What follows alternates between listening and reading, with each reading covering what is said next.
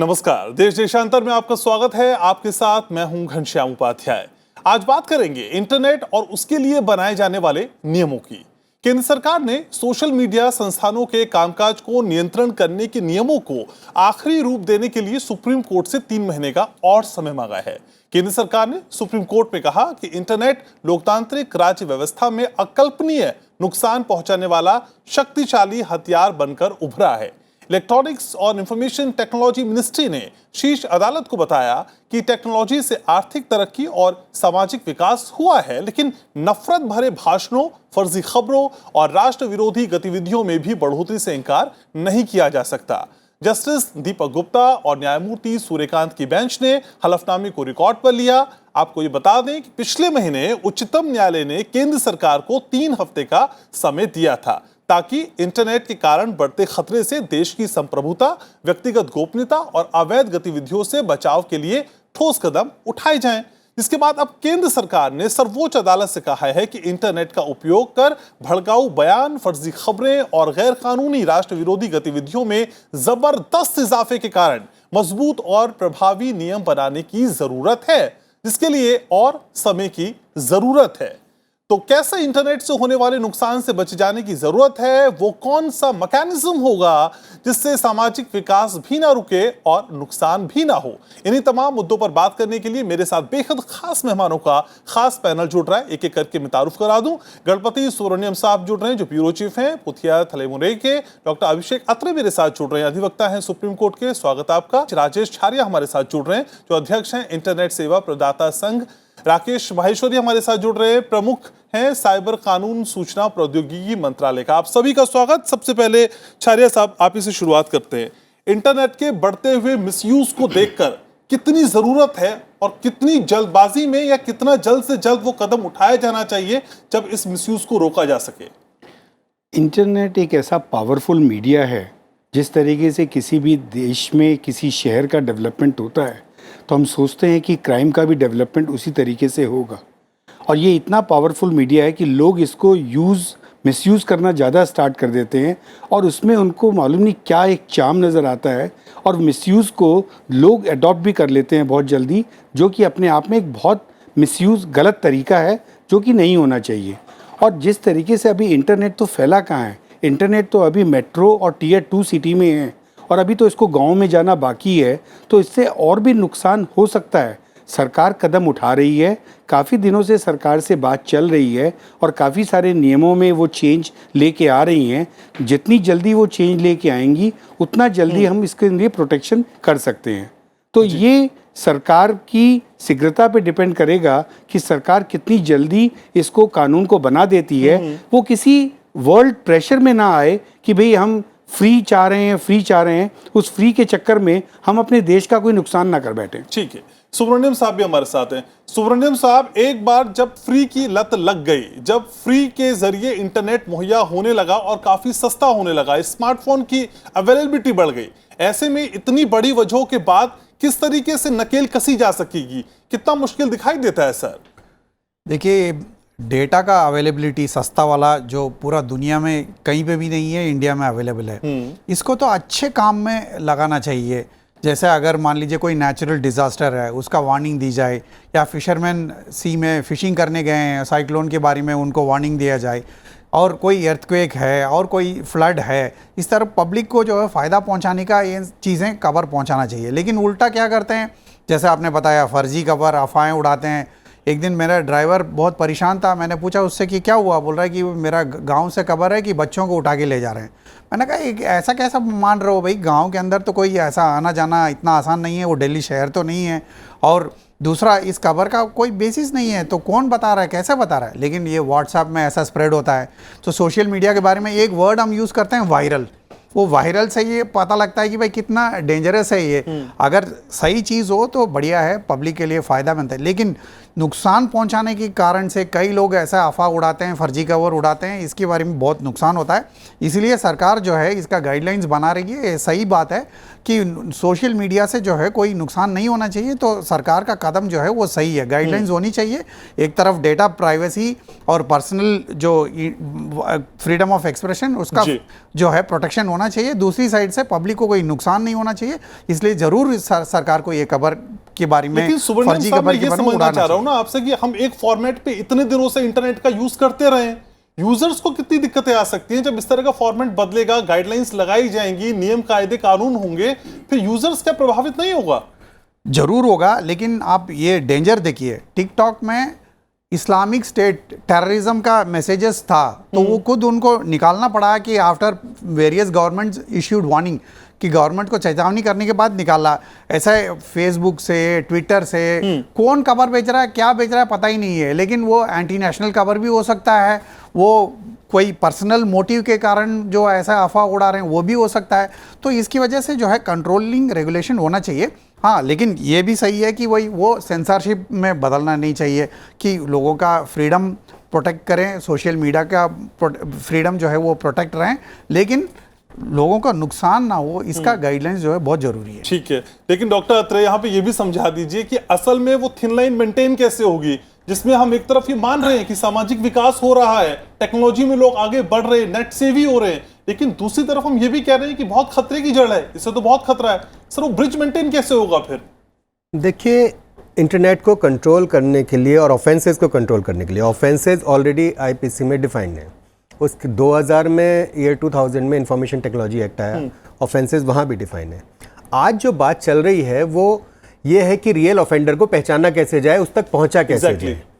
Intermediary जैसे Facebook, Twitter, इन पे होता क्या है, बहुत सारी टेररिस्ट एक्टिविटीज़ भी यहीं से मोबिलाइज होती हैं, टेररिस्ट भी यहीं से मोबिलाइज होते हैं, फेक न्यूज़ फैलाई जाती हैं वो यहीं से। प्रॉब्लम ये है उस अल्टीमेट आदमी तक कैसे पहुँचे हम, जो उस तरह की न्यूज़ फैला रहा है, उस तरह के ऑफेंसेस क्रिएट कर रहे हैं।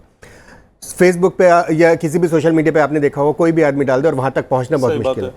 ये जो रूल्स के अमेंडमेंट आ रहे थे, ये 2011 में ऑलरेडी रूल्स हैं, इंटरमीडिएट रूल्स हैं, अब उसमें कुछ अमेंड किया कर रही है गवर्नमेंट, और 2018 में ड्राफ्ट रूल पब्लिश भी हो चुके हैं, जनवरी तक उनका लाने का प्लान है। इंटरमीडियरीज की भी रिस्पॉन्सिबिलिटी होनी चाहिए कुछ, वरना वो तो हाथ खड़े कर देते हैं, फॉरेन में बैठी हैं कंपनीज। इन रूल्स में एक तो ये है कि 50 लाख से ज़्यादा के यूज़र्स अगर किसी के होंगे तो उसे इंडिया में कंपनी रजिस्टर करनी पड़ेगी, उसे अपना एक ऑफिस रखना पड़ेगा, एक नोडल ऑफिसर अपॉइंट करना पड़ेगा इंडिया के अंदर, उसे उसके ऊपर बाइंडिंग होगा कि 72 आवर्स में उसे गवर्नमेंट को असिस्ट भी करना पड़ेगा। कोई कोर्ट का ऑर्डर आता है कि कोई कंटेंट्स रिमूव करने हैं तो उसे 24 आवर्स में रिमूव भी करने पड़ेंगे, कोर्ट का ऑर्डर हो या गवर्नमेंट का ऑर्डर हो।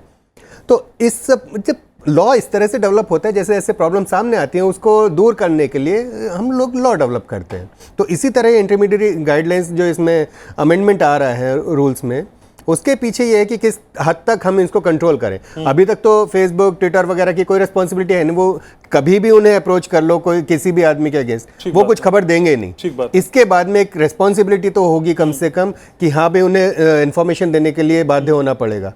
कोई ऑफेंस करता है तो उस तक पहुंचने का एक रास्ता निकलेगा। ठीक है, लेकिन उस रास्ते तक पहुंचने में कितना समय लग जाएगा, असल में ये भी एक बड़ा सवाल है। राकेश माहेश्वरी साहब हमारे साथ जुड़ रहे हैं।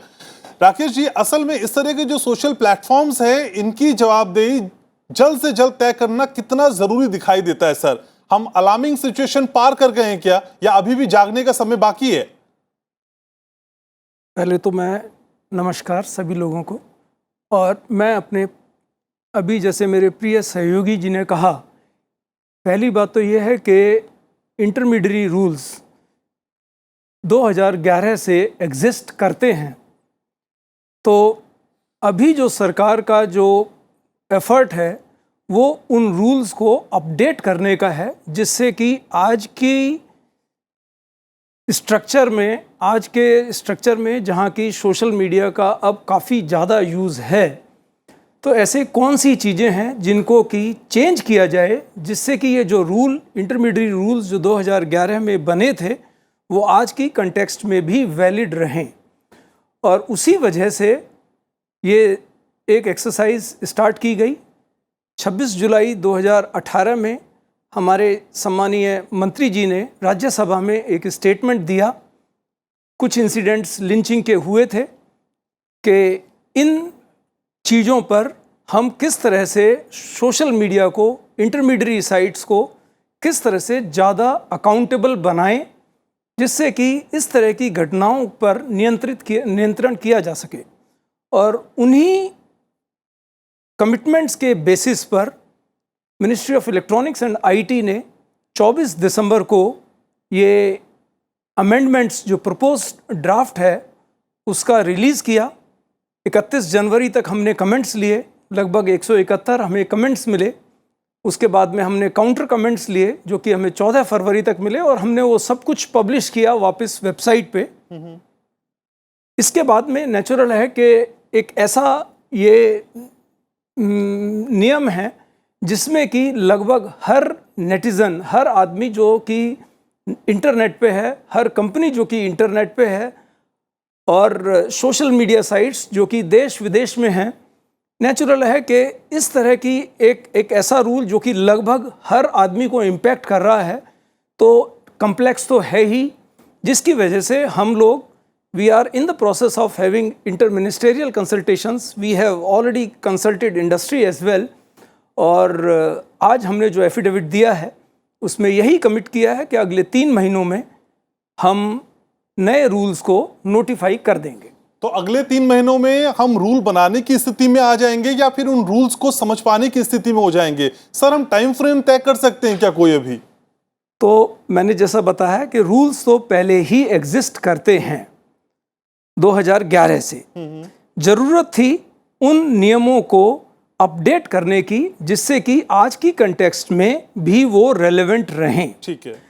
जैसा कि मेरे प्रिय सहयोगी जी ने बताया कि जैसे कि आज के दिन में ग्रीवांस ऑफिसर देश के लिए होना चाहिए, देश में होना चाहिए, ये स्पष्ट नहीं था।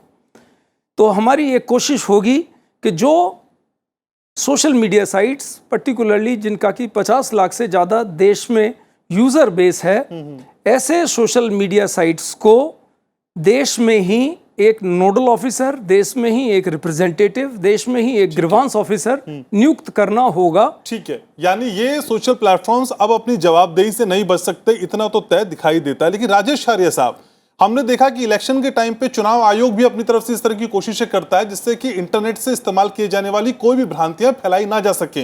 लेकिन उसके बावजूद भी हमने खासकर इलेक्शन में देखा है कि भ्रांतियां फैलाई जाती हैं, उनके हिसाब से मिसयूज किया जाता है। तो क्या नियम बनाना ही काफी होगा या फिर उसकी एक प्रॉपर मॉनिटरिंग की भी जरूरत है? नहीं, जैसा राकेश महेश्वरी जी ने कहा कि वो नियम बना रहे हैं, उस नियम को और मैं एक्सटेंड कर देता हूँ कि उन्हें अब सोर्स भी बताना पड़ेगा कि किस सोर्स से ये जनरेट हुआ, जिससे कि लॉ इन्फोर्समेंट एजेंसी इसको कंट्रोल कर सके। इसमें अब लोग ये कहेंगे कि हमारी प्राइवेसी पे इम्पेक्ट हो रहा है, तो अगर जब नेशन की सिक्योरिटी की बात आती है तो आपको थोड़ी तो प्राइवेसी के साथ कॉम्प्रोमाइज़ करना जरूरी पड़ जाता है। तो बताना पड़ेगा फिर वो कौन कौन से नियम होंगे, कौन कौन सी कंडीशंस होगी जहां आपसे पूछी जा सकेंगी जानकारियां। करेक्ट। तो वो जो जिस तरीके से नोडल ऑफिसर अभी तो बड़े आराम से इंडिया में नोडल ऑफिसर नहीं होने की वजह से वो बच जाते हैं, और इवन कि कितनी बार तो सुप्रीम कोर्ट ने उनको समन भी जारी करने की कोशिश की, वो समन सर्व भी नहीं हो पाता है। वो कहते हैं कि साहब ये जो हमारा इंडिया ऑफिस है ये इस चीज़ के लिए नहीं है, ये डेवलपमेंट के लिए है, और बाकी का हमारा ऑफिस कैलिफोर्निया में है, और कैलिफोर्निया में वो समन रिसीव होता नहीं है। तो ये काफ़ी सारे समन्स ऐसे होते हैं जो वापस लौट के आ जाते हैं, जबकि इंडिया में उनका इतना बड़ा कस्टमर बेस है, उनका मैक्सिमम रेवेन्यू इंडिया से जनरेट होता है, तो उसको उन रेवेन्यू की चिंता है, परंतु उनको वो लॉ जो लोकल लॉ को मानने की जो चिंता है वो नहीं करते हैं। तो ये एक बहुत बढ़िया सराहनीय कदम है सरकार का कि अगर ये इंटरमीडिएट के रूल बन जाते हैं और इससे जितने भी आपके सोशल मीडिया कंट्रोल्ड हो जाता है तो वो काफ़ी बेहतर रहेगा। वरना ये कह देते हैं कि साहब हमें तो कुछ मालूम ही नहीं है। कुछ लोग कहते हैं साहब हम एंड टू एंड इनक्रिप्टेड हैं, इलेक्शन से पहले ये कहा था, परंतु इलेक्शन के टाइम में उसी सीईओ का स्टेटमेंट आया कि हम कोशिश करेंगे कि पॉलिटिकल स्टेटमेंट इस मीडिया के ऊपर ना आए। तो जब वो लोग कहते हैं कि एंड टू एंड इनक्रिप्टेड हैं तो उन्हें कहाँ से पता चलता है कि ये पॉलिटिकल न्यूज़ भी चल रही है? तो इसका मतलब कहीं ना कहीं मैसेजेस वो पढ़े जाते हैं, बट चूंकि वो अपना एक बहुत बेसिक पॉइंट दिखाते हैं कस्टमर के ऊपर कॉन्फिडेंस जमाने के लिए कि ये एंड टू एंड इनक्रिप्टेड है, इसीलिए हम इसको नहीं कर सकते। तो हमारा तो कहना यही है कि अगर वो यहाँ पे सर्विस दे रहे हैं तो उन्हें इंडिया के रूल को मानना जरूरी है और उसकी रिस्पेक्ट करनी चाहिए। ठीक है, तो नियमों को पालन करना बेहद जरूरी है अगर इंटरनेट यहाँ पे आपको प्रोवाइड कराना है। लेकिन सुब्रमण्यम सर, इंटरनेट प्रोवाइड कराते वक्त हम ये मानते तो हैं कि सामाजिक विकास भी हो रहा है, आर्थिक तरक्की भी हो रही है, ये कहा भी गया, लेकिन इसका नुकसान भी है।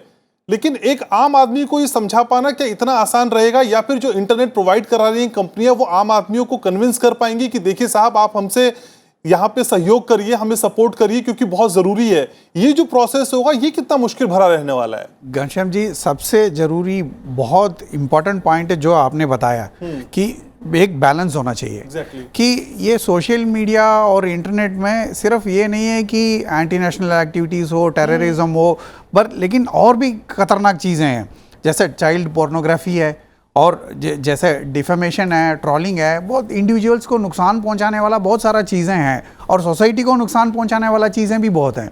तो इसलिए इसको कंट्रोल करना, रेगुलेट करना ज़रूरी है। जो सही यूज़र है उसका तो आप पूरा फ्रीडम दीजिए, जिसका आइडेंटिटी डिस्क्लोज्ड है। ट्विटर में और फेसबुक में कई सारा यूज़र हैं, कोई नाम कुछ और है, जो ओरिजिनल उसका जो आदमी कोई और है कि अनआइडेंटिफाइड है। तो इस तरह का जो बेनामी जो चीज़ें होती हैं उसको तो रोकना ही पड़ेगा ना, तो सरकार को रोकना पड़ेगा। और यही गूगल और यही फेसबुक जो है अमेरिका में और यूरोपियन कंट्रीज़ में उनका लॉ को मानते हैं, उनका जो कानून है उसका तो पालन करते हैं, फाइन भी लगता है, और यहाँ पे बचने की कोशिश करते रहते हैं। और इसका ताकत इतना है कि आपको तो पता है कि अभी कश्मीर में जो है टेररिस्ट एक्टिविटीज़ को रोकने के लिए वहाँ पे इंटरनेट को रोकना पड़ा। इस तरह ये हालत है आज का दिन में, तो इसलिए रूल्स रेगुलेशन ज़रूरी है। At the same time individual privacy है, डेटा प्रोटेक्शन है और दूसरी चीज़ें हैं जो फ्रीडम ऑफ एक्सप्रेशन है, उसका तो ध्यान रखना चाहिए। इसलिए कि अब कोर्ट के सामने भी है, सरकार के सामने भी है, तो इसलिए हम ये सोच के। सर, आपका एनालिसिस क्या कहता है? हम किसी दिक्कत के आने पे जागते हैं, उस दिक्कत के होने से पहले जागने की रवायत नहीं है क्या? ये दिक्कत का कारण है टेक्नोलॉजी इतना तेजी से चेंज होता है कि ये जैसे अब रूल्स जो बनाया हुआ है कि 3-4 साल में टेक्नोलॉजी बदल जाता है कि उसको पकड़ने के लिए वो पहले वाला रूल्स से हो नहीं पाएगा काम, तो अब दूसरा रूल्स रेगुलेशंस लाना पड़ रहा है। तो फिर जब नियम आएंगे सर उसके हिसाब से फिर टेक्नोलॉजी बदलेगी, फिर हम कहेंगे 6 महीने का समय शायद और दीजिए। कंप्लीटली अपडेट होना पड़ेगा हमको, ये तो सच्चाई है, इससे तो बचने का कोई रास्ता नहीं है। टेक्नोलॉजी बढ़ते जाएगा और रेगुलेशन भी उसके हिसाब से बढ़ते ही जाना चाहिए, डायनामिक होना चाहिए। ठीक है, लेकिन डॉक्टर आत्रे, PIL पहले भी डाली गई और ये बताया गया कि देखिए कोई भी इंटरनेट पे अगर अपना अकाउंट बनाता है तो कोई एक ऐसा पहचान प्रमाण पत्र दे जिसके जरिए उन सोशल प्लेटफॉर्म पे निगरानी रखी जा सके या उन पे सवाल ना उठाया जा सके। क्या किसी भी फेक आईडी को बनाने से पहले इस बात का ख्याल रखें कि असल में वो यूजर कौन है, और क्या उसके लिए आधार जैसा लिंक कर देना उस अकाउंट के साथ ये एक बेटर ऑप्शन हो सकता है, या इसके अलावा कुछ और भी है जिसके जरिए इस मिसयूज को रोक सकते हैं हम? नहीं, मेरी ओपिनियन में आधार के साथ लिंक करना ऑलवेज ए बेटर ऑप्शन। अच्छा, क्योंकि बात यह, कुछ ऑफेंसेस तो इन्होंने गिनाया, उसमें चीटिंग भी इंक्लूड हो सकती है, इम्पर्सोनेशन भी इंक्लूड हो सकता है, ई-कॉमर्स से रिलेटेड फ्रॉड्स भी हैं। आइडेंटिटी तो कहीं ना कहीं सेव होनी चाहिए। ठीक है। आर्टिकल 19(1) हमें freedom of expression and speech तो देता है, लेकिन ऑफेंस करने का या डिफेमेशन का वो राइट तो नहीं देता ना। उसके लिए आइडेंटिटी कहीं ना कहीं सेव रहनी चाहिए। आदमी कौन, आदमी क्या लिख रहा है, क्योंकि आइडेंटिटी की कोई सिक्योरिटी नहीं है सोशल मीडिया प्लेटफॉर्म्स पे, तो आदमी अकाउंट किसी और नाम से बनाता है। भी कितनी सेफ है और कितनी जेन्युइन है सर, फिर तो वहां भी एनालिसिस होगा। उसके लिए तो सोर्स का भी तो पता लगाया जाएगा ना कि सोर्स से जनरेट हुआ है।